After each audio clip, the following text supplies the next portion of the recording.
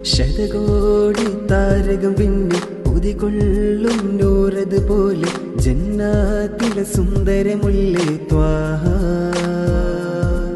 ഒരു പാതിര നേരമില്ലെങ്കിൽ പ്രഭയാർന്നൊരു സാഗരമായി കുളിരാർന്ന നിലാവിൽ മെല്ലിച്ചാരേ.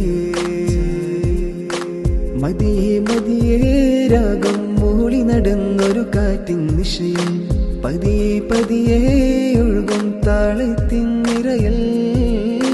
തനിയെ തനിയെ പതികം തേടി വരും രാമഴയിൽ നൂറെ പകരും വരിയേ നിങ്ങൾ സ്നേഹത്തിൻ വാതിൽ.